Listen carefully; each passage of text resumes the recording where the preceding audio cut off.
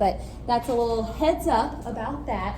I try to give you at least a day or two notice before a quiz. So there you have it. We'll talk some more about that tomorrow. Now there will be some things today that we'll use a calculator for, or there might be some things you don't need it for. We'll just kind of see how it goes. There's no word problems or anything like that today, so that's kind of nice. And I think this is our only set of directions. So I'll let you copy those and we'll get started. Evaluate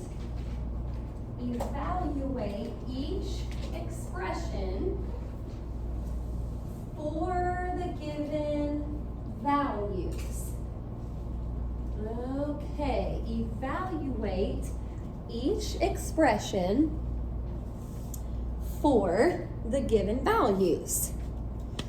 I am pretty certain that you've had problems like these before. You've got an expression with some variables. They'll tell you what the variables are. You just kind of have to plug them in. So yeah, you've seen a lot of this before, but now that we're in Algebra 2, we'll probably take it up a notch a little bit from what you've had before. So make sure to watch carefully here. First one, copy down that original problem there. Number 1, 2r plus 5 times the quantity s plus 6 minus 1, and then after the semicolon, it tells you what the variables are. R is 3, R equals 3, and S equals -9. Again, this is basically one of those problems where they kind of give you what you need, you plug it in. However, and this is just kind of a matter of opinion, I kind of like to simplify the expression first before I plug in my variables. Again, this is not how you have to do it. You could plug in a 3 for R and a -9 for S right now if you wanted to. Or, like I said, I'm going to simplify this first and then plug in the numbers. Totally up to you. We should get back the same answer if you do it the other way. What I'm going to do first is I'm going to distribute that 5. So leaving the 2R where it's at, I'm going to take 5 times S, which is 5S, then 5 times 6, which is 30. Don't forget to bring down the -1 after that. And actually, I may keep going with that a little bit. 30 minus 1 is 29, and it's positive 29, so I'll stick a plus in front of it. Now that it looks a little bit better, I'm going to go and plug in my numbers. All right, so wherever I see R, I'm going to replace it with 3. So right here, instead of 2 times R, that's going to be 2 times 3. We'll keep going with it here in a second. All righty, in the middle, you've got a plus 5 times S, which now is a -9. So I'll have to multiply those here in just a second. And don't forget, bring down the plus 29. Okie doke. If you don't have a calculator yet, it's all right. We'll kind of work through these. We'll see what we can do in the homework. I may have one more that you can borrow. I don't know. I'll take a look here in a second. But 2 times 3 gives me a 6 right here. Now, I will say, on some calculators, you might be able to just type that all in right now. 2 parentheses 3 plus 5 parentheses -9 plus 29. If you can do it now, that works. Or I'm just going to go through and kind of multiply this stuff first. 2 times 3 gave me the 6. 5 times -9, that's negative 45, but instead of putting plus negative 45, I just changed it to minus 45 and then plus 29. So at this point, just work left to right. 6 minus 45 plus 29, you can probably type all that in at the same time, and that should give you a negative 10. If you plugged everything in right off the bat and then simplified, you should get back a negative 10. If you didn't, let me know, and I can kind of look at your work and see what happened. Any questions about our first one? All right, well, that's kind of the gist for today. You sort of see how these work. It's just going to be different expressions and different numbers each time. Okie doke, example 2. Hey, this is a really good one. Make sure that you watch carefully on this one. May not want to work ahead too much. Negative x squared, that's the tricky part. That's the part I really need to show you. Negative x squared minus the quantity 2y plus 4x, and then outside the parentheses there's a minus 3x. All right, x is negative 1, y is 4. Like I mentioned on the last problem, I kind of enjoy simplifying before I plug anything in. That's what I'm going to do right here. Now, I see the negative in front of the quantity. We saw that a little bit on Friday. Think of that as a negative 1, and then you can just distribute. So for now, negative x squared is staying just negative x squared. That negative 1 times 2y is negative 2y. Negative 1 times 4x is negative 4x. Bring down the negative 3x. You don't have to distribute to that since it was outside the parentheses. Okay, and hey, why not? I see a couple like terms back here. I'm going to combine those real quick and turn that into a negative 7x. So I'm not finished. I still have to plug in those numbers, but at least I've got it looking a little bit better. Okay, well, wherever I see x, I need to replace it with negative 1. Now here's the tricky part. Negative x squared. I have to replace the x with negative 1. So watch how it's going to look at first. This negative sign kind of has to stay in front while you plug in a negative 1 for x. And don't lose me yet, because there's more to this that I have to explain. So stay with me. I'm going to come back to this here in just a second. I may keep going back here real quick first though. Here's a y. Wherever I see y, I need to replace it with 4. And what do you know? Another x. Wherever I see x, replace it with negative 1. These two parts just require some multiplying, so that won't be too bad.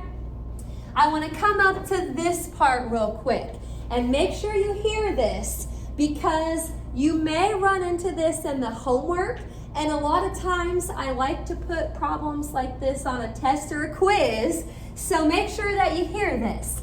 It is tempting, so tempting, to try and put those two negatives together to make a positive. And most of the time, yeah, like back here, 2 negatives will make a positive back there. But if you come back up here, think about your order of operations. Please excuse my dear Aunt Sally. Exponents actually come before multiplication. This is kind of like a -1 out front being multiplied by this quantity, but the exponent has to come first. Now, when I square -1, that's like taking -1 times -1. What is -1 times -1? Positive 1, but here's the tricky part. This little negative out here that I haven't done anything with yet has to come back to it. So actually, -1 squared turns into -1.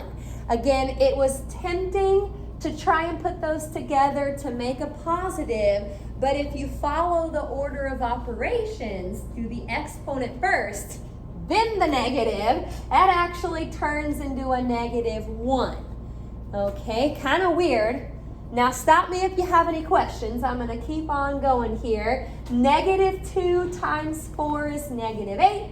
-7 times -1 is +7. So from here, just kind of making my way through, -1 minus 8, that's -9, and then -9 plus 7 is -2. That is it. Now, if you worked ahead a little bit, that's okay, but do make sure you got back the same answer. If you didn't get a -2, probably due to that negative out front. That can be kind of tricky.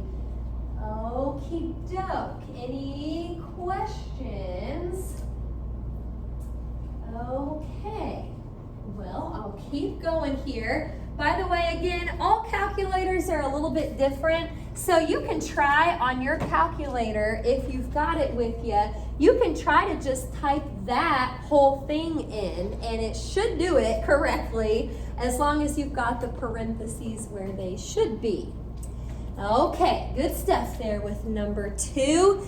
I'll keep on rolling here. Number 3. Number 3, 2 times the quantity, not 3 yet, a plus 3b, got ahead of myself, a plus 3b, and then minus 5 times the quantity, 2a minus 4b. Okay, now there they are. A is 2, b is -1. I'm a fan of simplifying first, so that's how I'm going to do this one also. If you would rather get right to it and plug in those numbers right off the bat, that is perfectly fine. But here I go with some distributing. 2 times A should be 2A. All right, 2 times 3B is going to be 6B. A lot of B's there. Okie dokie. For the second part, watch the negatives. -5 times 2a, that's -10a. And then -5 times -4b, that is a positive, watch out, positive 20b. Okay, and you know what? I'm going to keep on going with this. Like terms, there's a 2a minus 10a. That should turn into a -8a. We're using a lot of stuff that we talked about on Friday, combining like terms. And then keep going. 6b plus 20b, that is a positive 26b. Now, I've done a lot of work so far, but we're not done yet. We still have to plug in those numbers. It's a little bit easier now to plug them in because there's only a couple places. Wherever I see A, put 2. So this is actually -8 times 2 instead of -8 times A. All right, back here, 26 times B, well, I'm going to replace that with a -1. So we're actually taking a -16 minus 26. You can put plus negative 26 if you want, and that should be negative 42. Again, try it out on your calculator. All calculators are a little bit different, so you want to kind of get familiar with yours and how it works and what you can type in and maybe what you can't. Alrighty, I think we're about halfway through. Alright, so stay with me. I've got some other things that I want to show you here. Number 4. Got some exponents here. Okay, 2p cubed is to the third power, minus 3p squared is to the second power, minus p. So that's our only variable, but it shows up 3 times. 2p cubed minus 3p squared minus p. And the p over here, it says, is negative 2. Now, I've been simplifying before I plug anything in, but that's a p cubed, that's a p squared, and that's just p. So none of those are like terms. We actually can't really simplify anything. So let's just get right to it. And wherever I see p, I'm going to replace it with negative 2. So this term is now 2 times negative 2 cubed. This is now subtracting 3 times negative 2 squared. And back here, subtracting negative 2, that'll turn into a plus 2 here in just a second. Okay, I mentioned order of operations earlier. We have to deal with it here also. Be careful. Exponents come before multiplication. So I've got to figure out what negative 2 cubed is before I can multiply it by 2. Now, if you have your calculator with you, hopefully you've got one that can do exponents. Usually the exponent button on a calculator just looks like that, kind of like an arrow pointing up. Now, with negative numbers, when you take a negative to a power, you always want to put the negative in parentheses. And that's something else that I hope your calculator has. If not, we may have to do it a different way. But if you can find the parentheses, this is pretty much what you're going to type in for this part in the red box. In parentheses, negative 2, locate that exponent button, should kind of look like an arrow, and you want it to be to the third power. Okay, if you do that correctly, it should pop back out a negative 8. So the 2 is still in front, but what I found right here for negative 2 to the third power is actually a negative 8. Now, if you don't see the exponent button or you don't have an exponent button, another way to do negative 2 to the third power is negative 2 times negative 2 times negative 2. All of our calculators can multiply. So that would be another way that you could get negative 2 to the third, and it should give you back a negative 8. Okay, any calculator issues while we're on the topic? Let me know if there's something I can help you with. We'll come back to this. Now I'm going to do kind of the same thing right here. Negative 2 squared. Now you could probably do that in your head. Negative 2 times negative 2. That should be a positive 4. Again, if you type it into your calculator, use parentheses. Anytime you have a negative to a power, try to put that in parentheses. Back here, for now it's just a plus 2. So after a little multiplication, this is a negative 16 minus 12 plus 2. So negative 16 minus 12, that would be like a negative 28.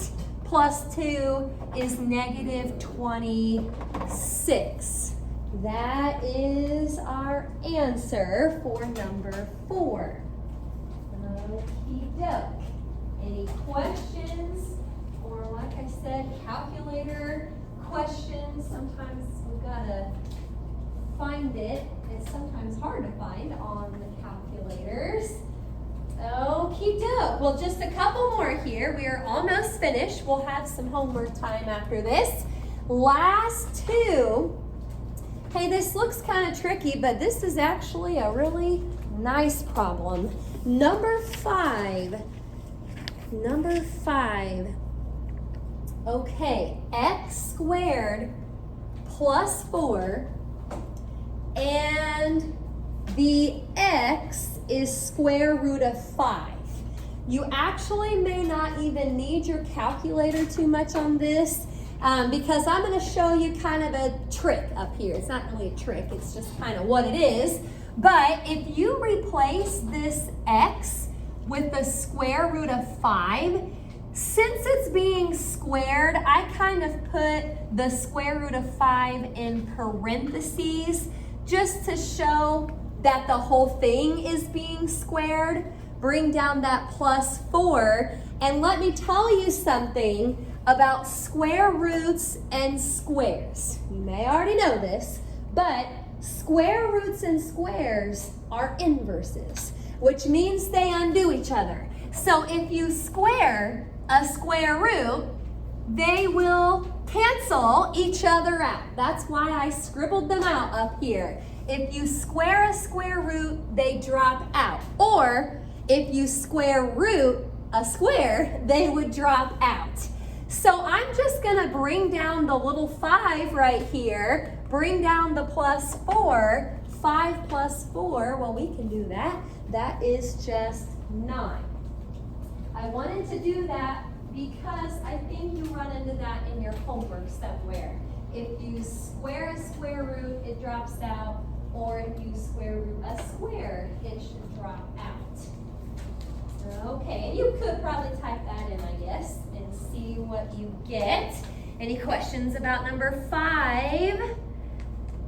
All right, last but not least, number 6. It's a good one, but I think once we simplify it, it will be a little bit easier. Negative 4 times the quantity c minus 3 plus 2 times the quantity c plus 1 all over, that's a big old fraction up there, all over 2c plus 3. And finally, they tell us that c is negative 4.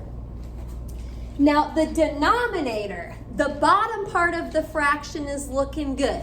What I need to do for a little bit is just kind of work on top, the numerator. Let's get this simplified a little bit and then see where we can go. So distributing the negative 4 times c, and then negative 4 times negative 3, that should be a positive 12.